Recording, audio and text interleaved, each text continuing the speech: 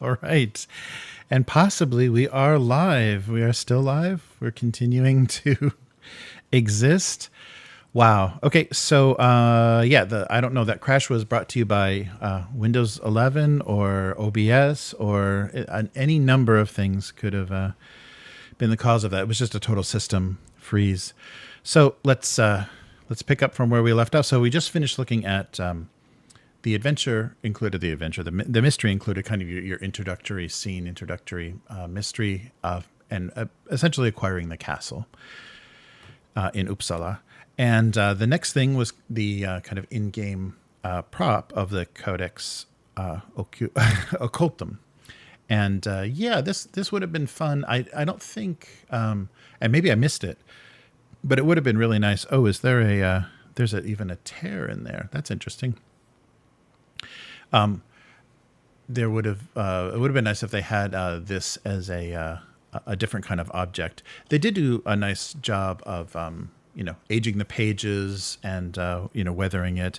There's handwritten notes in here, a book plate. Yeah, so it's much definitely much more interesting. Oh, and the creed for the society that is printed in here. Interesting, but this looks very much a little bit different in presentation, but very much like the book, the Vaesen original art book, with some notes, some more in-game notes. But yes, this is just a listing of the things you may find. So a little bit. Oh, and actually, more directly, I guess, game-based ideas about how you would banish something like this.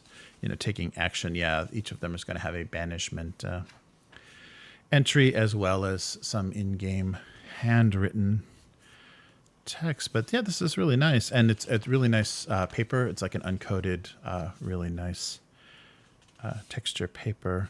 Yeah, it looks very aged.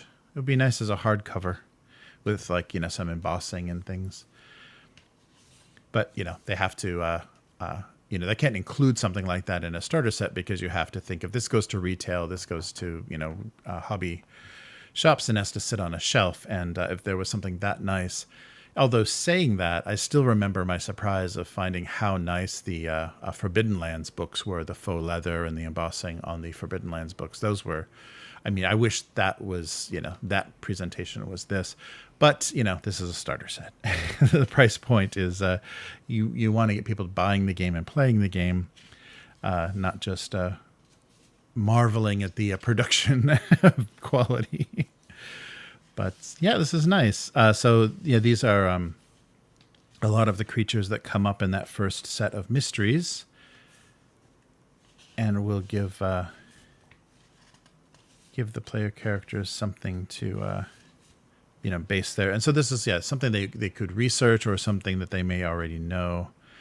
So they can, depending on what they're up against, they can consult that. Yeah, it's well done. It would just be a nice a deluxe one of these would be very fun for the table. And, some reference cards. So it looks like we have reference cards for 6 players, 5 players. Yeah, it looks like 5 players. So that must be how many of our pre-gens we have.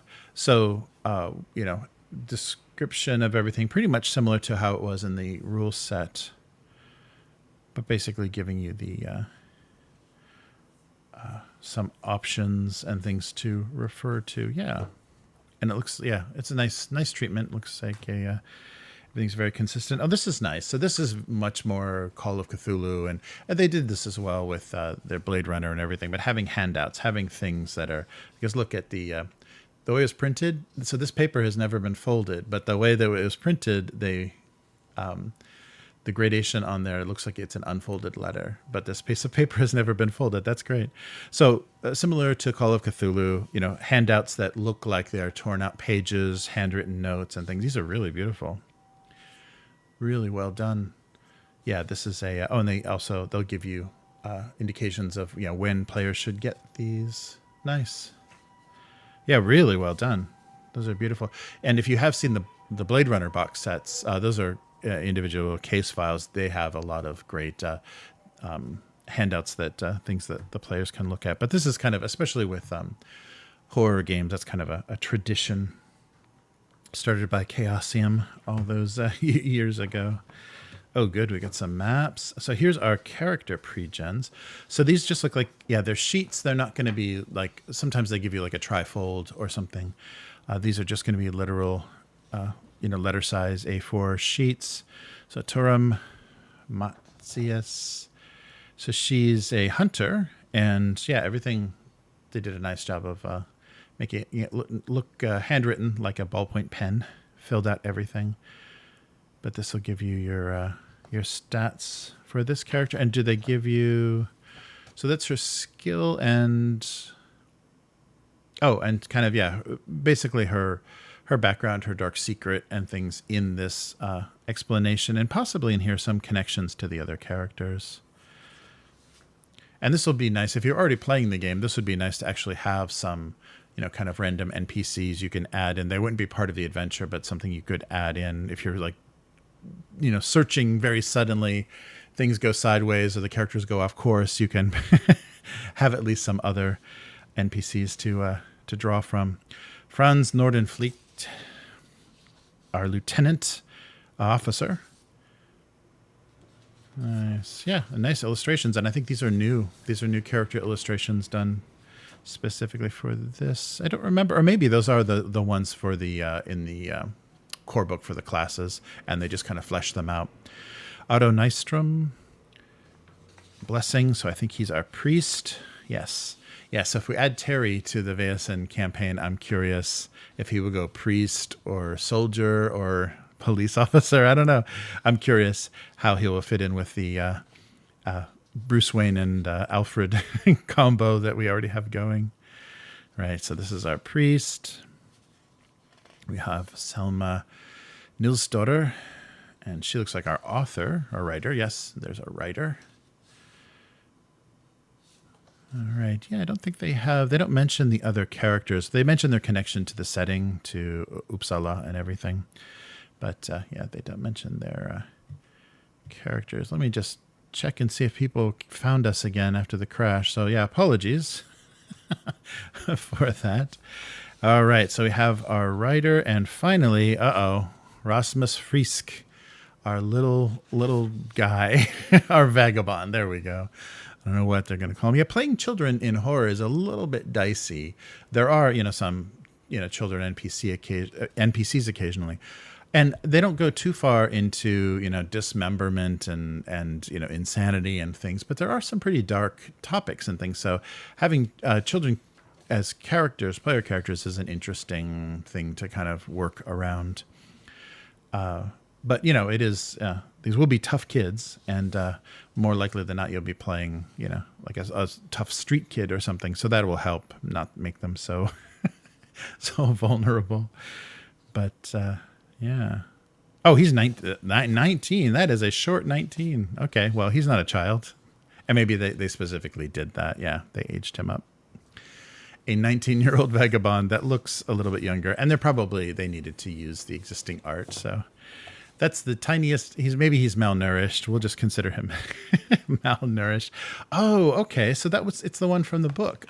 So it did say they included a map of the castle. I was hoping it would be a larger, more kind of usable map, on a table, like something that would be presented on a grid or something. But yes, this is the map from the booklet. You could lay on the table and make it easier to see and navigate, and kind of where are you in the castle, because zones and distances are abstracted, so you're not going to need a grid where you're measuring feet or meters. So. Yes, and yeah, but here's all the potential for where everything can go. So we've got a one-sided map of the castle, and this is the same one from In the Mystery, and a map of the Mythic North, which I think was a fabric version of this, may have been included in the original campaign. I can't remember. I might already have. This looks so familiar. So this may be duplicated from the original campaign. But it's nice. Both of these maps you could mark up with erasable pen. The dry erase markers and things would work if you wanted to mark things out there. It's very durable paper, very heavy coat. So here's your Mythic North, your Scandinavia, with all of the towns. So yeah, this is basically your starting point where everything's going to be based, and then you branch out from there, of course, with 19th century travel distances. And here's Uppsala. Here's our map of Uppsala. Yeah, I think these were at least in the book, but if not, produced as maps like this as well. So this may be a duplication. And for a while, after Forbidden Lands, they were producing fabric versions of things. I can't remember if this got the treatment or not. Maybe not. But it's nice. These are really nice quality, and it'll help kind of orient everybody to where you are and what is possible. So that is it. So that is the starter set. So we've got a couple of maps. We've got our 5 pre-gens. I'm not blown away. They give you a good range in the pre-gens. More martial kind of capable characters. A priest who's going to be more spiritual and maybe more horrified by what he sees. A writer and a vagabond. It's a diverse enough, like an interesting enough spread of characters, but I think you'll be much happier creating your own. So getting a copy of the core rules to be able to do that, so there is no character creation in the starter set. These are really nice. These are really well done. I love the folded look of that letter. These, I don't know, there's not a lot going on. They're well produced, and I guess we have to think about this in terms of first time using this system, first time using this terminology for doing things. So a reference to what and when things can be done would be handy, so you're not constantly having to hand around a rule book or look things up. This is nice. I like the modified version of the original inspiration for the book.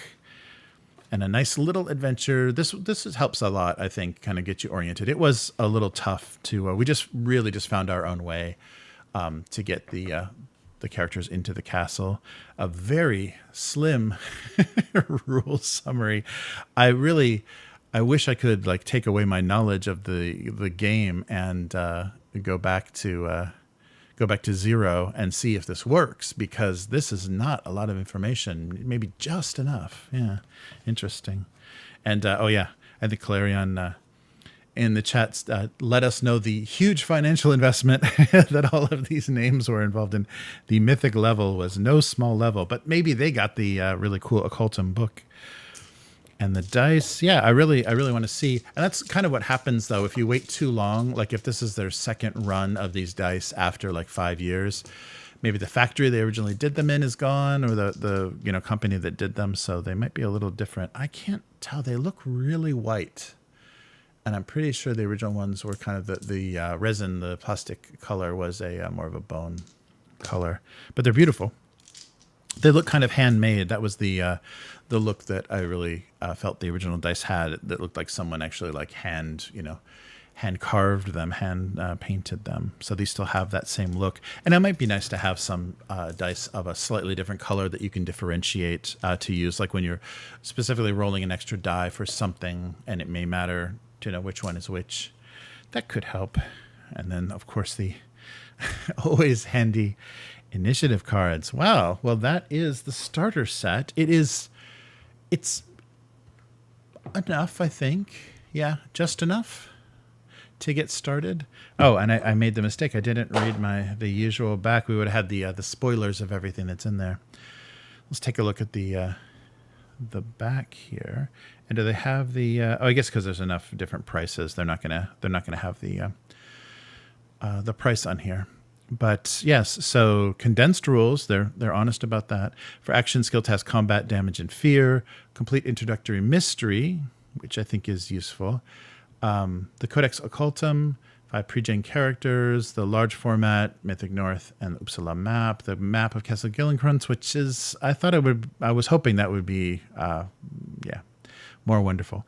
3 handout sheets. I think we got 5. Handouts as far as the letters. Yeah, handouts. Yeah, those are nice. The letters, 5 rules references. There we go. 10 initiative cards and 10 engraved dice for the game. Yeah, see, they're kind of bone colored in that photo. I have to compare eventually. Yeah, so if they can keep the price down on this might be a nice way to get into it. And the books themselves, like the core book and the collections of adventures, are not expensive books. They're not ridiculously overpriced, and they're really good quality. They're really beautifully made.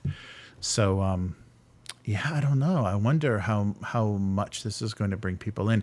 So for me, I'm a little disappointed. This doesn't actually add that much if I want to start a new group, like playing in person here. I don't think this actually, the rules references, the handouts are nice, the maps will be nice, but there's not a lot of extra. Maybe that first adventure would help a little bit, kind of get everybody up to speed faster, because it probably, kind of builds, with, learning your skill tests and how combat works and everything, kind of starts you out, holds your hand and starts you out a little slower. But yeah, it's not really, for where we are, it's not really that necessary. Maybe useful for playing in person, and a good place to keep keep a bunch of stuff that we've been developing for our sessions. But yeah, so interesting. I'm usually really impressed by what they did. This is a really small step into the game, and I'm wondering if it's enough. The codex that's included in here may, if you've never seen that original book, that may be exciting and may be fun to think about that being an actual, real world prop, game world prop. But yeah, I don't know. It's different from what I was expecting, and for it to come so late, I guess it would have to be just a taste, just a very early, very simple taste of the game and the setting. But well, let's take a look at some more where they've taken the game, basically, where things have gone. This seems to be, so this is the city of my nightmares. So we're leaving Uppsala. I think this is an adventure, a set of adventures, a set of mysteries based in Stockholm. So you'll be taken to the capital city of Stockholm. Let's see. Yes, there we go. No more gloss. That's nice. Yeah, so the same treatment as all of their other books, a nice linen fabric treatment. So it mutes the colors a little bit, but it's so nice to hold. They do a really nice job. All right, and the snake eating its tail. So did you think you were safe from Vaesen and the crowds and the lights of the city? Think again. Unspeakable horrors lurk in dark alleys, crawl underneath the cobblestone streets, or soar through the twilight skies above. City of My Nightmares is a full-length campaign in 4 parts for the multiple award-winning Vaesen Nordic horror roleplay. This is a bone-chilling tale. The characters are invited to the capital to investigate a series of grisly murders, only to become embroiled in a much deeper mystery involving the original origins of the society itself, threatening to throw the whole city into utter chaos. City of My Nightmares, gloriously illustrated by Johan Egerkrantz and Anton Vidas, is set in 19th century Stockholm and can be adapted to London, Prague, or any Gothic metropolitan area or era, metropolis of any era. Gotcha. This hardback volume includes a separate large map of Stockholm with a huge newspaper handout. Does it? Is it? Oh, yeah, it looks like it's in the back there. Wow, so about 40 by 55, 56 centimeters. Wow, so there's handouts in the book. That may be why it was wrapped in plastic as opposed to the other. Ooh, nice. All right, well, let's take a quick look. So we'll kind of skip through just to give you a look at the book, but I don't want to spoil any of the details of what's going on in Stockholm. Oh, nice end papers. Very of the time. Nice etching, like a print style. The symbol of perhaps the Free League. All right. Yeah, so a different lead writer. So the preface. This is the writer, Herenstam. The writer of this, kind of talking about the inspirations and kind of what went into this. So here we'll do a little bit of the introduction.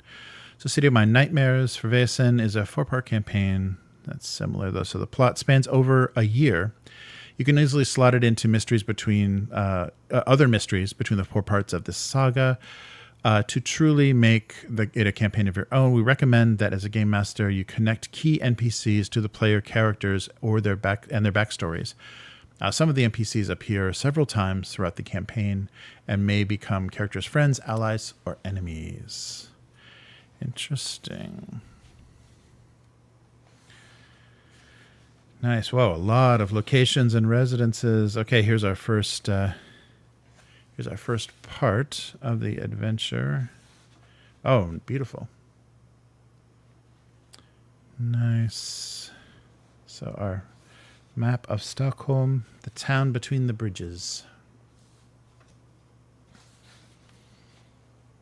Yeah, very wow, really, yeah, really well done. Very 19th century, very thematically done. That's great. Wow, yeah, a lot of characters. This is going to introduce a lot of notable NPCs. Wow. Yeah, and it does seem like this might be pretty intense as a 4-part campaign. Maybe taking a break with something a little lighter in between may be good. Wow, really beautiful.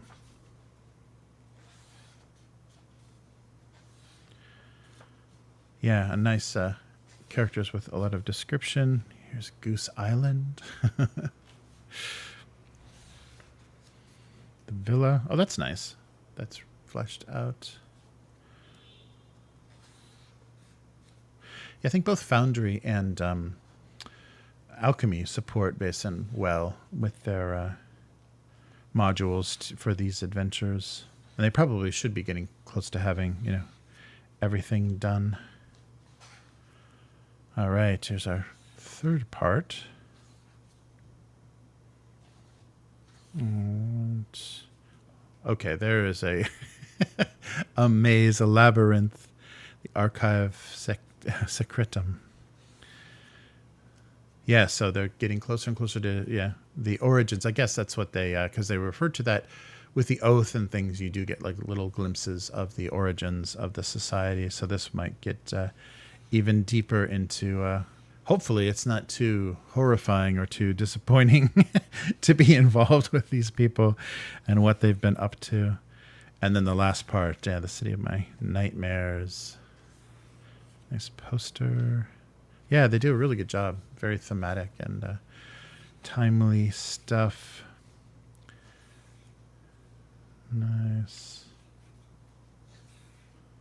Yeah, really well done. Yeah, the Free League always, and this is their creation. It was inspired, but it's their game and setting, so it has a nice cohesive look.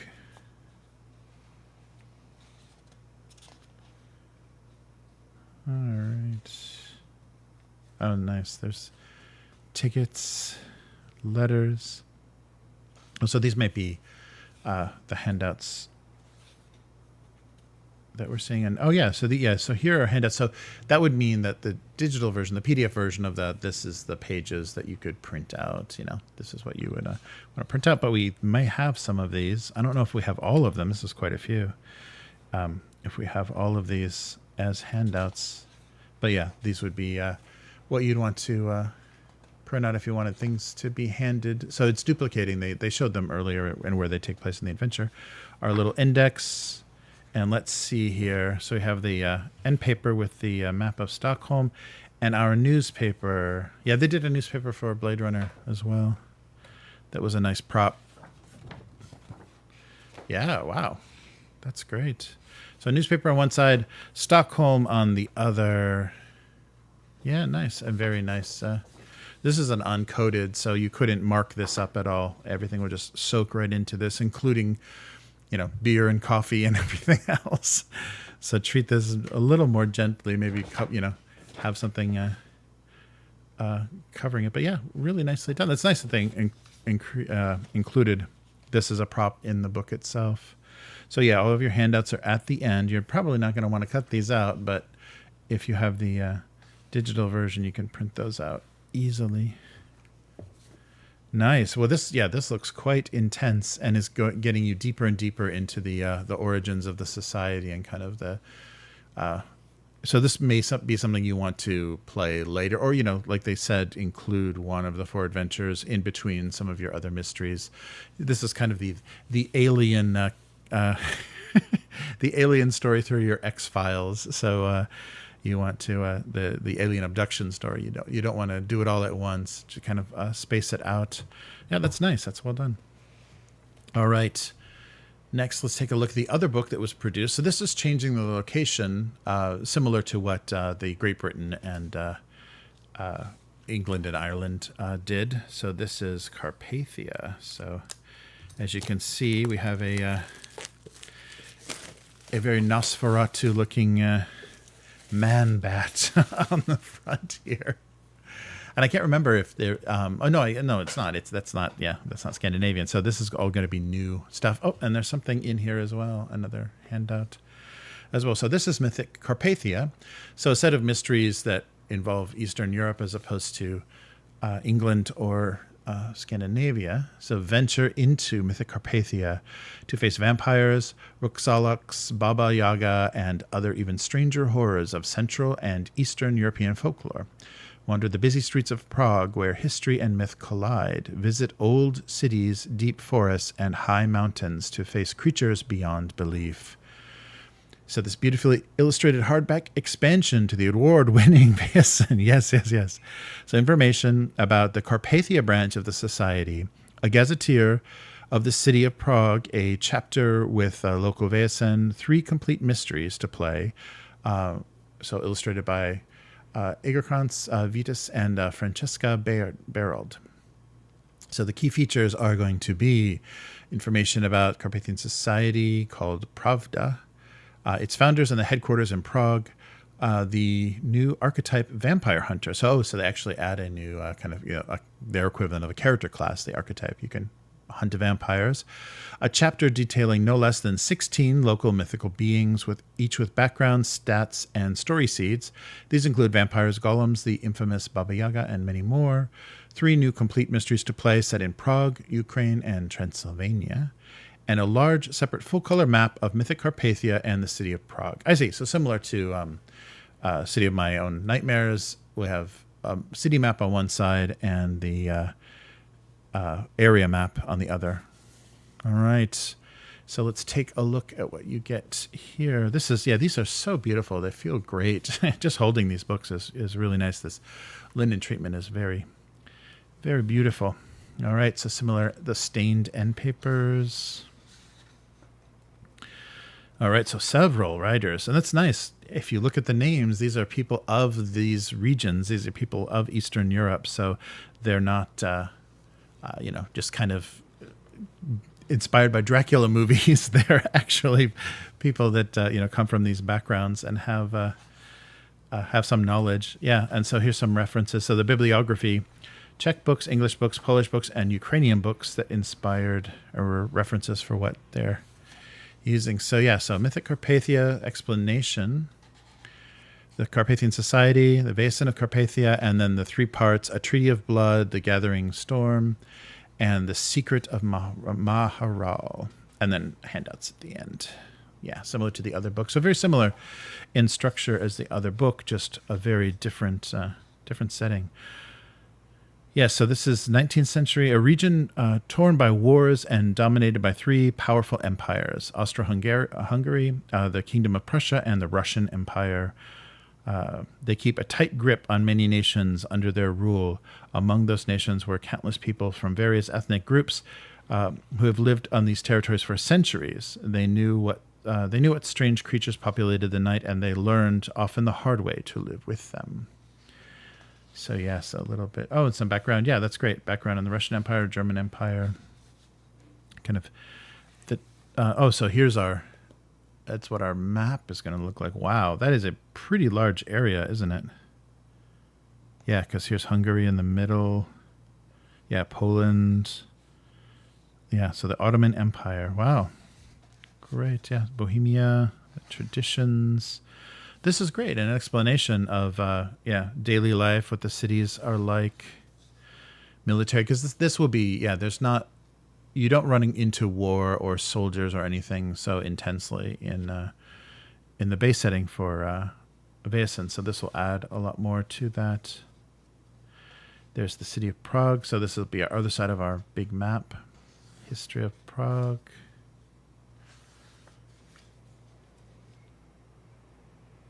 Yes, Prague today.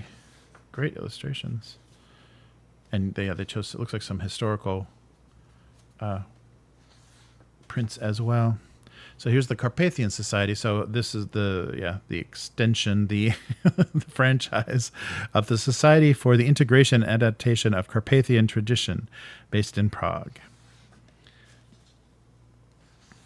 So you'll either be aiding them or joining them. So yeah, you could play, I think just like they did with England, you could play only in that setting. Like your characters are all of, English origin, and this could be all of, Polish, Czech, Ukrainian origin. Yeah, there's our vampire hunter. So here's our new archetype. Might be useful. And then here's the Vaesen, the Baba Yaga, Babai, Dampier. Oh, great illustrations. Drekavak, a golem, homunculus, Koka Yaroka. I apologize for my pronunciations. Nacht Zarer. Wow. Rusalka, Strigoi. Oh, great. I love these full-page illustrations. That's great. Undilnicia. Vampire. That's Vlad himself. That's great. Varkolak. Ooh. Vondenik. Vikrovik. And we're in the Z's already. Oh, good. Zerkalistia. Nice. Wow. Yeah. So that's a whole additional kind of bestiary. Right. Okay. So here's our first part, our Treaty of Blood, and giving you. Yeah, so they always break down, like, they tell you about the area, start to introduce the characters, and in the beginning, give you kind of background, conflicts, and invitation. So how the characters are brought there, what's going on, and, basically where this is, what it is, who are the players, or what's the problem, or, who are the Vaesen clashing with humans, or the technology, or, what's happening, and then the way to bring your players in. It's very, very well done, very, very similar. And then preparation, the journey and arrival. So especially because this is going to be, if you're starting out in Uppsala, you're going to have to get quite a ways to get to Eastern Europe. Nice. Maps of the area and all of our NPCs and what they're up to. Yeah, very similar to their other. So the Gathering Storm, and still the same introductory material, and then it goes into the characters and what they're up to. It looks like we're dealing with a prison here. Oh boy, nice. Yeah, well done. All right, and here's our last one.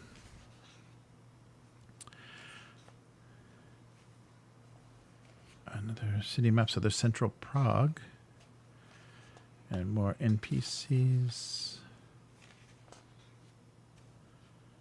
Nice. And the aftermath of the entire campaign. And here's our handouts. So our letters and maps and things. Nice. Yeah, as PDFs, these are not hard to get a pretty decent version of them, and you can even, if you print them out, even laminate them or do something with them so they'll last multiple sessions. Although you may not need to. It's not like You're going to be playing it more than a handful of times, and the index of everything. And here's our map. That's nice. They're including these in the back. This is a nice kind of value added thing. So two-sided. So it just folds twice, but a two-sided map. So here's our map of Mythic Prague. This is well done. And again, another, like the other one, an uncoded map. So you're not going to be marking on this or anything, but it's going to be a good reference. And then here is Mythic Carpathia, the whole area itself with Transylvania, Budapest. Yeah, like I said, Warsaw is up here, Berlin over here. So yeah, the whole Mythic area. Yeah, that's nice. That helps a lot to have something like that and not have to go through the expense of printing this out yourself, because they could present that in a PDF. But then, yeah, you'd have to print it out. Okay, so these are the two new books. This is a lot of nice new content. I'll put a link to the, I did a flip through of the England, Ireland, and they also the second collection of mysteries that they did, if you'd like to see a little bit about that. So that was basically, this was what was offered in the most recent crowdfunding for Vaesen. So I'm happy to see that they're still supporting the game. They're trying to get new players in with a really accessible starter set. If you're already playing the game, I don't know how useful this is. It's very good introductory materials, but I was hoping there'd be some things that would be useful for us where we were now. But also because we're not playing in person. Yeah, we're not using the dice or cards, but this would be a good way without having to completely explain, from scratch what you're doing. This is not Call of Cthulhu. This is not, to try to give people. I think this will set them up well. But so that was everything that was offered. But this was something that I added to the order. That was a really unique and really kind of wonderful project. I thought it might slot in well with where we are now in our Vaesen campaign, depending on how we bring Nils back. So if you followed that series of actual plays, the butler Nils perished at the end, fittingly at the last of the mysteries, and we'll have to see what happens. How he is brought back, to what extent Axel will go to bring back his beloved manservant. But this might be a nice set of adventures or set of mysteries to slot in. So a little bit about the history of this. So this was actually a project that Free League, I think, found from a series of actual plays. So this is the Lost Mountain Saga. I guess we can take a look at the back. It may say what I was about to say on the back here. So an ancient stone has been discovered in the dark caves of the Mythic North. Protected for thousands of years by creatures no longer walking this earth, the sacred stones were never meant to be found. However, as the nature of human curiosity and greed, exploitation soon begins with little regard for potential risks or consequences. So the Lost Mountain Saga is an epic campaign of mysteries for Vaesen. Players can expect to encounter ancient mysteries, old Nordic folktales, social intrigue, and unspeakable horrors, lurking in every shadow as they travel across the north and slowly uncover the truth. So the Lost Mountain Saga was written by actor and podcaster Eleanor De Lorenzo, and based on her original podcast with the same name, but expanded and modified in its official release. The book is beautifully illustrated by Johan Egerkrantz and Anton Vitas, and the quote from Eleanor: "As a Swede living in the United States, who mostly plays with Americans, the Lost Mountain Saga was a way for me to bring everything that excites me about my own culture and customs to the table, for the sacred ritual of fika to the often romanticized Viking heritage to some other questionable political movements, of course, and of course the terrifying creatures that used to haunt my dreams when I was a kid." So yeah, this was a great project, and I think something that she was already doing, and Free League noticed, and then they adapted this to a collection and kind of fleshed it out a little bit more so it matched the kind of bones or structure that they've been using for their previous collections. But I was really impressed by this, and it's a really well done podcast. I think it's an all female group of players and characters. They do a really nice job of of telling this story, and now you can play through these with these same NPCs through this same thing. So it's very rare that you see this sort of thing. And Eleanor herself, I think, because of her experience, being an actor and being able to present well, Free League has been using her to do a lot of demonstration videos and things to explain, like rules explanations and things to explain Vaesen. So even before the starter set, it was her videos that would probably be your first introduction into this game, the setting, and how it plays. And she's adorable. So it was really, really a good choice and really, really well made. So this seems like it might slot well into what we were doing. And I was really curious to see how this went, because I listened to quite a bit of the podcast, and I would like to kind of see how this, what this final project was like. So let's take a look. It feels a little slimmer than the others, and there are handouts in the back. So it's a very similar presentation as their other collected mysteries. There are handouts in the back, and so she's lead writer, and that was great that they got to. They had Egerkrantz and the other people working, editors and things at Free League, working with her to do this. So I think this is, basically what was said on the back. So at the end, the Lost Mountain Saga is a love letter to my home country, celebrating both good and bad, and a way for me to express my homesickness by sharing it with others. It's suitable for anyone who likes horror with occasional laughs, non-Swedes and Swedes alike. All right, so here's explaining the areas and the stones themselves. And here's, the Mythic North map produced. Ooh, there's a Revenant already. So our opening NPCs, our first mystery. And presented, like I said, the same way they do background conflicts. So background conflicts, invitation, journey, and arrival. Falun and the copper mines.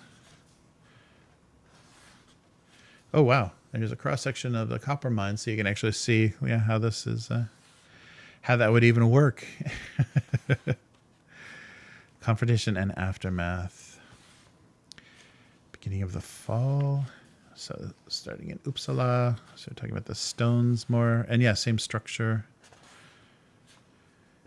And that's nice, too. They give you events and things. So kind of countdown to the aftermath of the mystery. They kind of, similar to like how Blade Runner does on their timetable. They show you like, if this is happening and then this is happening, if they discovered this, then you're getting closer and closer to the aftermath. Oh, back to the asylum. Oh no. Typical patience. All right. And then is it 3 parts? Yeah. The sun dies, our last part. Off to the island. Sorland. Ooh, the temple. Oh, this is the 4th part. Yes, the prince and the witch. Yeah, we got 4 parts. All right. So northern Uppsala. Oh boy. Yes, it's getting more